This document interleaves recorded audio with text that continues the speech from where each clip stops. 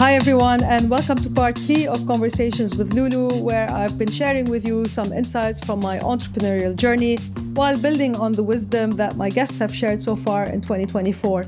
In part 1, we spoke about why you should care about the startup ecosystem in MENA. In part 2, we spoke about what makes a great entrepreneur. And in this part, I'm going to talk about the trends shaping the MENA startup ecosystem. In particular, I'm going to talk about 3 trends. One, which is sustainable growth, the funding crunch at the Series B, and what we can learn potentially from places like China. Now, there isn't a single investor or entrepreneur that has come so far on Conversations with Lulu in 2024 that hasn't spoken about sustainable growth. What does that mean? It means that the days of irresponsible, unprofitable growth at all costs are behind us. Investors are looking at profitability from day one. But as the Fed signals rate cuts very soon, would the madness of the ZIRP days, the zero interest rate policy days, come back? And how is that going to impact our MENA startup ecosystem? Well, we don't know yet, but remains to be seen. But for now, let's hear from Eli Habib, the co-founder at Anghami, who talks about responsible growth.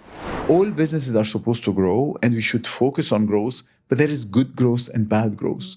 We've all seen as entrepreneurs, paying for growth just for the sake of growth, getting users, washing machine. The concept of washing machine, you get users month 1, you lose them month 2, you buy new users on month 3, you lose them month 4, and then you end up with 5-10% of the users every month. Yeah. So a good business that is growing and retaining users, or if you fix the original problems in the business whereby you're retaining users, you're getting a certain revenue on the users, you can keep growing. Yeah. And this is Imad Ghandour, the co-founding partner at Cedar Bridge Capital, that gives us the investor perspective.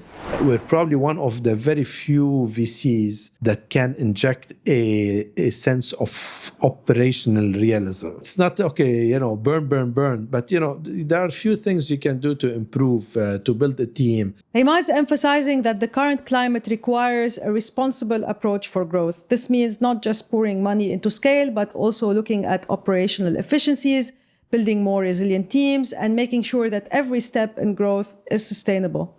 In many ways, I would argue that MENA entrepreneurs have always had to be responsible because we never had these deep pools of capital that are funding our startups, like in the US, for example. We did have a stint of growth recently due to the sovereign wealth funding coming in from Saudi. And as a result, entrepreneurs were able to raise larger equity rounds at higher valuations. But that also led to the birth of 2 unicorns in Saudi Arabia last year, Tamara and Tabi.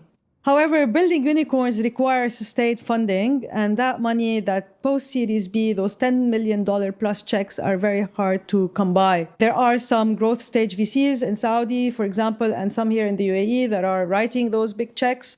There is also the opportunistic family office that comes in, or some corporations, but that remains very fragmented. What would an entrepreneur who is working on a scale-up do? Potentially, they need to think about building bridges with the big VCs in the West and maybe potentially in the East, like China.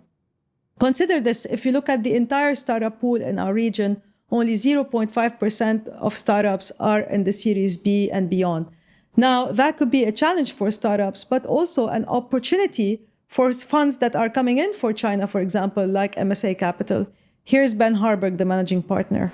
The region always has this kind of Series B, basically to IPO trough, where there are just a couple growth names. So actually, the later you go, I find actually the more the dust settles and the more clear the trajectory of the company is. So I think you'll see us playing a bit later.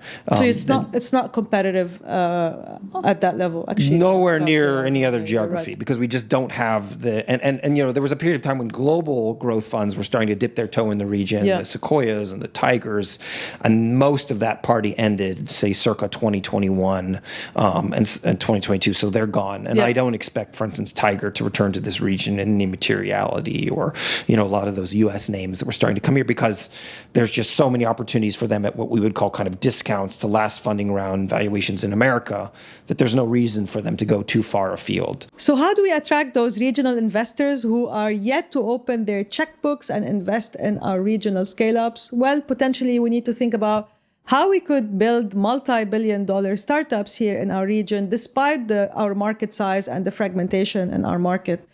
One argument for creating 45 unicorns as part of the Saudi 2030 vision is to build large companies that can cater to our region's digital transformation. Eden Rabi, partner and director of data science at Clearword, argues that these companies would potentially need to be companies similar to super apps that can cater to many customers and offer multiple services and that can scale even with the restrictions of our market size. Think about Careem, for example, and their new $400 million investment by eAnd. You can check out my conversation with Mudassir Sheikha, the co-founder and CEO, which is episode 55 of Conversations with Lulu. Another opportunity to build multi-billion-dollar companies could be in the AI space. These are companies building AI tools on top of large language models and not invest in R&D here in our region, but again, tools that sit on top of the existing technology. Instead of reinventing the wheel, startups here in MENA can also look at using potentially Chinese technology to scale faster. Here's Ben Harburg again. Several of our regional portfolio companies today have built inside of them applications that we took off the shelf from China and plugged into them. So e-wallets, order dispatching and management systems, credit scoring or loan underwriting systems. So let us bring you pre-built technologies and let you kind of de-risk the technology side of it so you can just focus on execution. And so that's one of the ways that we've kind of teleported China to here. If you're interested in diving deeper into the influence that China has on our region, I invite you to check out my conversation with Ben Harburg. It's episode 73 of Conversations with Lulu. So in conclusion, the MENA startup ecosystem is experiencing a significant transformation.